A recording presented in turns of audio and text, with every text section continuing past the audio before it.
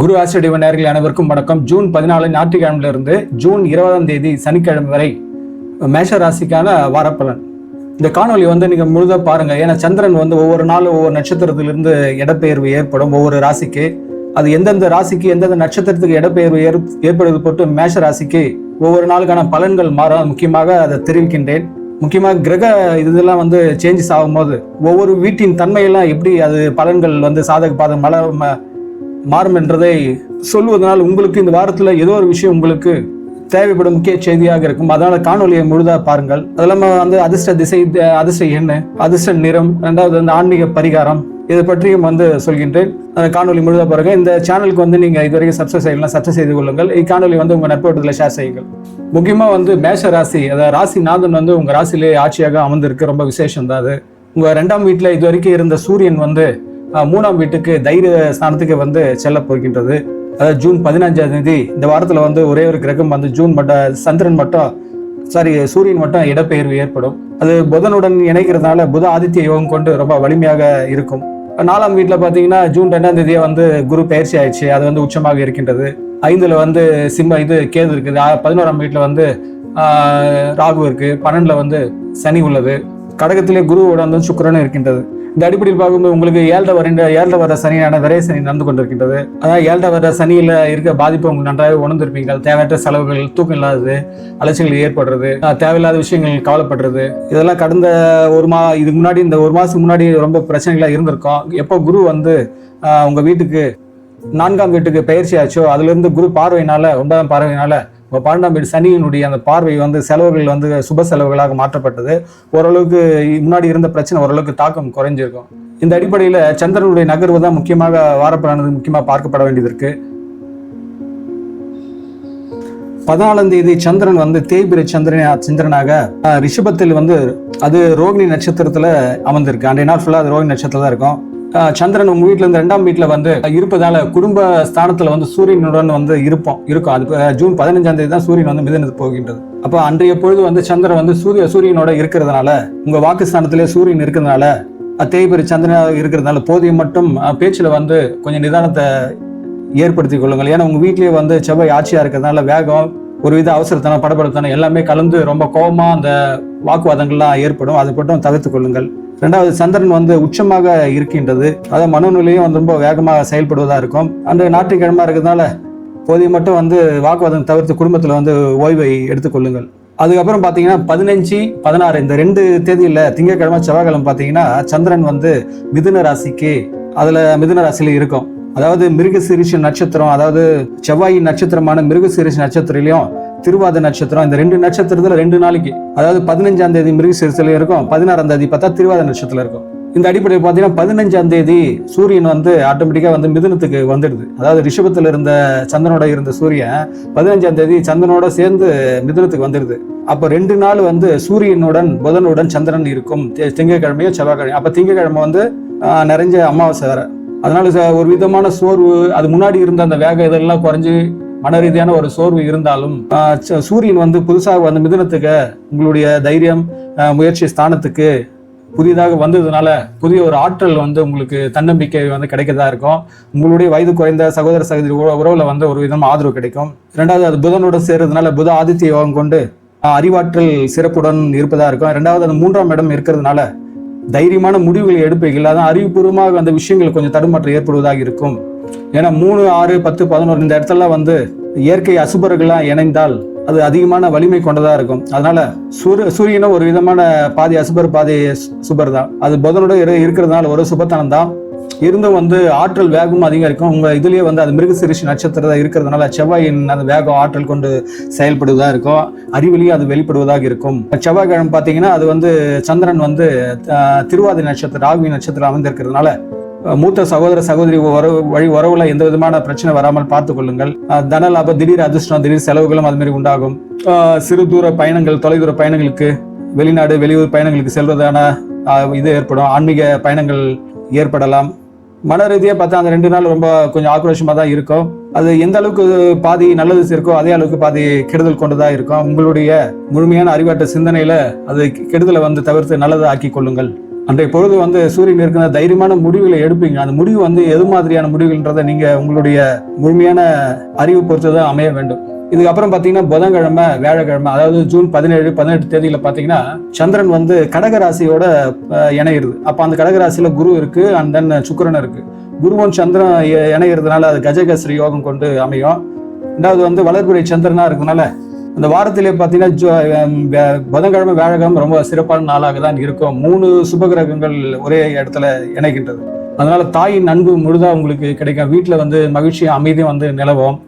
வாகனம், தொழில், real estate, construction, civil engineer இருக்கவங்க, சிவில் சர்வீஸ்ல இருக்கவங்க, அதாவது போலீஸ் துறை, இராணுவத்துறையில் இருக்கும், தீயணைப்பு துறையில் இருக்குங்க, விளையாட்டு வீரர்கள், மருத்துவத்தில் அறுவை சிகிச்சை நிபுணர்கள், இந்த போன்ற துறைக்கு நல்ல சிறப்பான காலகட்டமாக இருக்கும் அந்த 2 நாட்களுக்கு. ரெண்டாவது அது புனர்பூச நட்சத்திரத்திலேயே உட்காந்துட்டு இருக்கு.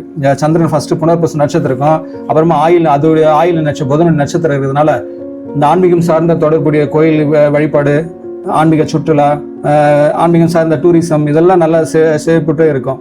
அன்றைய பொழுது பூமி பூஜை போகிறதுலாம் ஒரு சிறப்பான நாளாக தான் இருக்கும். ஏன்னா 4ஆம் இடம் என்றது மண்மனை வீடு சார்ந்த விஷயங்கள் குறிக்கிறது. சந்திரன் வந்து புனர்பூச நட்சத்திரம் இருக்கு, குரு வந்து உச்சமாக இருக்கிறது ரொம்ப சிறப்பான நாள் தான். அதுக்கப்புறம் பார்த்தீங்கன்னா இது வந்து 17 வந்து சனி நட்சத்திரத்துக்கு சென்று விடுகிறது. அப்புறம் மறுநாள்லாம் பார்த்தீங்கன்னா ஆயில் நட்சத்திரம், புதன் நட்சத்திரம் இருக்கிறதுனால 2 நாள் உங்களுக்கு சிறப்பான நாள் தான். அதுக்கப்புறம் பார்த்தீங்கன்னா ஜூன் 19, 20, அதாவது வெள்ளிக்கிழமை, சனிக்கிழமை பார்த்தீங்கன்னா சந்திரன் வந்து வீட்டில் இருந்து 5ஆம் இடம் சிம்மத்துல போய் இணைக்கிறது, கேதுவுடன் இணைக்கிறது. வளர்பிறை சந்திரன் கேது பாவகிரக கூட இருக்கிறதுனால ஒரு விதமாக கிரகண தோஷம் கொண்டு இருக்கு. அதனால மனதில் ஒரு விதமாக ஆன்மீக ஈடுபாடு அதிகம் இருக்கும். குழந்தைங்களின் உடல்நல ஆரோக்கியம், கல்வி இதில் கொஞ்சம் கவனம் எடுத்துக்கொள்ள வேண்டியதாக இருக்கும். அதாவது வாரத்துல புதன்கிழமை, வியாழக்கிழமை தவிர மீதி நாட்கள்லாம் வந்து ஒரு விதம் நெகட்டிவால தான் இருக்கும். அந்த 2 நாட்கள் மட்டும் பாசிட்டிவான எனர்ஜி கொண்டு இருக்கும். அதாவது 19ஆம் தேதியெல்லாம் பார்த்தீங்கன்னா மக நட்சத்திரத்தை கேது நட்சத்திரத்திலே உட்காருது. கேதுவோட இருக்கிறதுனால 19ஆம் தேதி கண்டிப்பாக ஒரு விதமான ஒரு மனக்குழப்பம், அறிவில வந்து ஒரு விதமா தடுமாற்றம் இதெல்லாம் ஏற்படும். ஆனா ஆன்மீக சார்ந்த விஷயங்கள்ல தான் நாட்டம் இருக்கும். இன்டெலெக்சுவலா திங்க் பண்றதுக்கு, ஆனா உடல்ல வேகம், ஆற்றல் கொண்டு செயல்படுவீர்கள். ஆனா மனதளவுல வந்து செயல்படுறது அந்த திறன் இழந்ததாக இருக்கும். என்னென்றால் அந்த மக நட்சத்திரம் கேதுடைய நட்சத்திரம், சிம்மத்திலே கேது இருந்து சந்திரனும் கேதுடைய நட்சத்திரம் இருக்கிறதுனால இந்த ஒரு விதமான திறன் இழந்ததாக இருக்கும். அதுக்கு அடுத்து பார்த்தா 20ஆம் தேதியெல்லாம் பூர நட்சத்திரம், சுக்கிரன் நட்சத்திரம் இருக்கிறதுனால ஒரு கலை சார்ந்த ஆர்வம் அந்த இதெல்லாம் வந்து ஏற்படும். அதாவது ஆன்மீகம் சார்ந்த ஒரு கலை ஈடுபாடு, அந்த சிற்பக்கலை இருக்கவங்க எல்லாம் வந்து நல்ல ஒரு காலகட்டமா இருக்கும். இருந்தும் வந்து அன்றைய நாள் வந்து ஒரு விதமா மந்தத்தனம் கொண்டுதான் இருக்கும். உங்களுக்கு பிளஸ்ன்னு பார்த்தீங்கன்னா செவ்வாய் வந்து உங்க வீட்லயே இதுவா இருக்கிறதுனால ஒரு ஆளுமை அதிகரிக்கும், ஒரு பிடிவாத குணமா இருக்கும். எந்த சூழலில் வந்து சோர்வு வந்து இருந்தாவில் டக்குன்னு அதுல இருந்து மீண்டும் சுறுசுறுப்பாக இது பண்ணிவிடுவீங்க. ஒரு லீடர்ஷிப் உங்களுக்குள்ள எப்பவுமே இருந்து கொண்டு இருக்கும். இந்த 11 வந்து அதோட நட்பு வீட்டில் தான் ராகு உட்கார்றதுனால ஒரு விதமான ஆசையை தூண்டி தொழில வந்து லாபத்தை கொடுத்து பண வரவை ஏற்படுத்தி கொண்டே இருக்கும் ராகு. 3ஆம் இடத்துலயும் சூரியன் இருக்கிறதுனால தைரியமான விஷயங்கள்ல வந்து நீங்க ஈடுபடுறதுனால உங்களுக்கு சமூகத்து ரீதியா வந்து ஒரு நற்பெயரும் கிடைக்கும். குரு பார்வை வந்து உங்க 10ஆம் இடம் தொழில் ஸ்தானத்துல பாக்குறதுனால ரொம்ப விசேஷமா செய்யும் தொழில் வேலையில ஒரு நல்ல எதிர்பார்த்த பதவி உயர்வு, இடமாற்றம் இதெல்லாம் சாதகமாக இருக்கும். தொழில ஒரு விதமான பொருளாதார ரீதியாகவும் பார்த்தீங்கன்னா ஒரு ஏற்றம் இருக்கிறதுனால 4ஆம் இடத்துல வந்து குரு இருக்கிறதுனால பணப்புழக்கம் உறுதி செய்வதாக இருக்கும். அதனால வந்து சுப செலவுகள் வந்து இருப்பதா இருக்கும். வீணான விரை செலவு இருக்காது. வீணான இதுக்கு முன்னாடி இருந்த விரை செலவுலாம் சுப செலவுகளா மாற்றப்படும். அதனால எதிர்கால முதலீடு செய்த விஷயங்கள்லாம் இது வந்து ஏற்புடைய வாரமாக இருக்கும். 4ஆம் வீட்டுல குரு உச்சமாக இருந்ததுனால இதுவரை இருந்த குடும்பத்துல இருந்த பிரச்சனைகள்லாம் ஓரளவுக்கு தீர்ந்து ஒரு தெளிவு பிறப்பதாக இருக்கும். ஆனா ஏன்னா லக்னத்துல ராசியிலே வந்து செவ்வாய் இருக்கிறதுனால ஒரு விதமான பேச்சுல வந்து ஒரு அதிகாரம் கலந்திருக்கும்.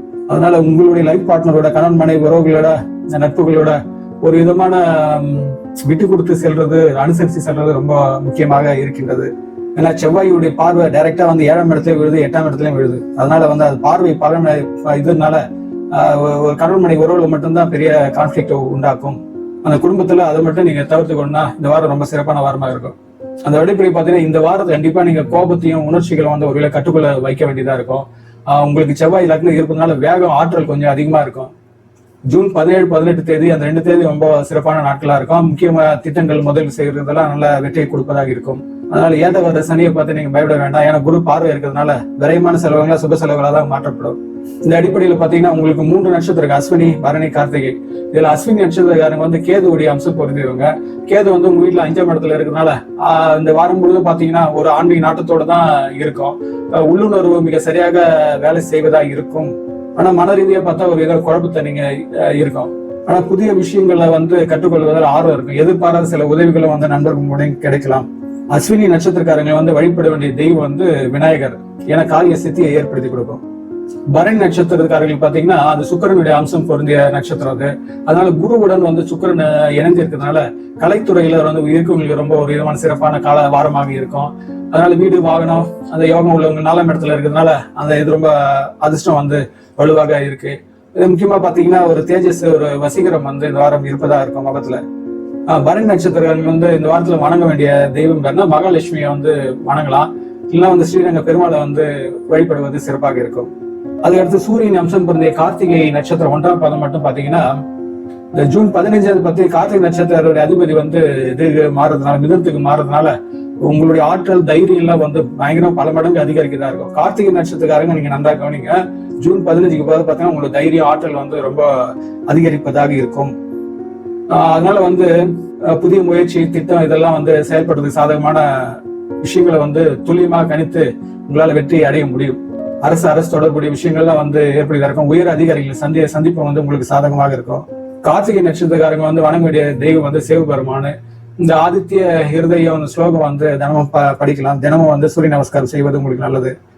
இந்த வாரத்துக்கான அதிர்ஷ்ட எண்கள் பாத்தீங்கன்னா மேஷ ராசிக்கு 1, 3, 9. வார அதிர்ஷ்ட திசை பாத்தீங்கன்னா கிழக்கு மற்றும் வடக்கு. வார அதிர்ஷ்ட நிறம் பாத்தீங்கன்னா சிவப்பு மற்றும் இளம் மஞ்சள். ஆன்மீக பரிகாரம் பாத்தீங்கன்னா 7வது சனி இருக்கு. அதனால வந்து சனிக்கிழமைனா மாற்றுத்திறனாளிகள் வந்து முதியோர்கள் வந்து உணவு கொடுக்கறது ரொம்ப புண்ணியத்தை கொடுக்கும். செவ்வாய்க்கிழமைனா முருகன் கோயிலுக்கு போவாங்க. முருகன் போய்கிட்டு வழிபடுவது ரொம்ப செவ்வாய் அந்த வேகம் அதுல இருந்தெல்லாம் வந்து ஒரு நல்வழிப்படுத்துவதா இருக்கும். வியாழக்கிழமைனா தட்சிணாமூர்த்தி கோயிலுக்கு சென்று நெய் தீபம் ஏற்றி வழிபடலாம். இது வந்து ஒரு ஆன்மீக பரிகமா நீங்க எடுத்துக்கொள்ளலாம். அதனால மேஷராசிக்காரர்கள் தங்கள் வாழ்வில் அனைத்து வளங்களும் பெற்று சிறப்புடன் வாழ எல்லாம் வல்ல அந்த இறைசக்தி நான் பிரார்த்திக்கின்றேன். இக்காணொலி வந்து உங்க நட்பு வட்டது உறவட்டதும் பகிர்ந்து கொள்ளுங்கள். இதுவரை நம் சேனலுக்கு நீங்க சப்ஸ்கிரைப் செய்யலாம், சப்ஸ்கிரைப் செய்து கொள்ளுங்கள். உங்கள் ஆதரவு தான் இந்த சேனலுக்கு மிகப்பெரிய பலம். அதனால் தாங்களும் தங்கள் அன்பு குடும்பமும் வாழ்க வளமுடன்.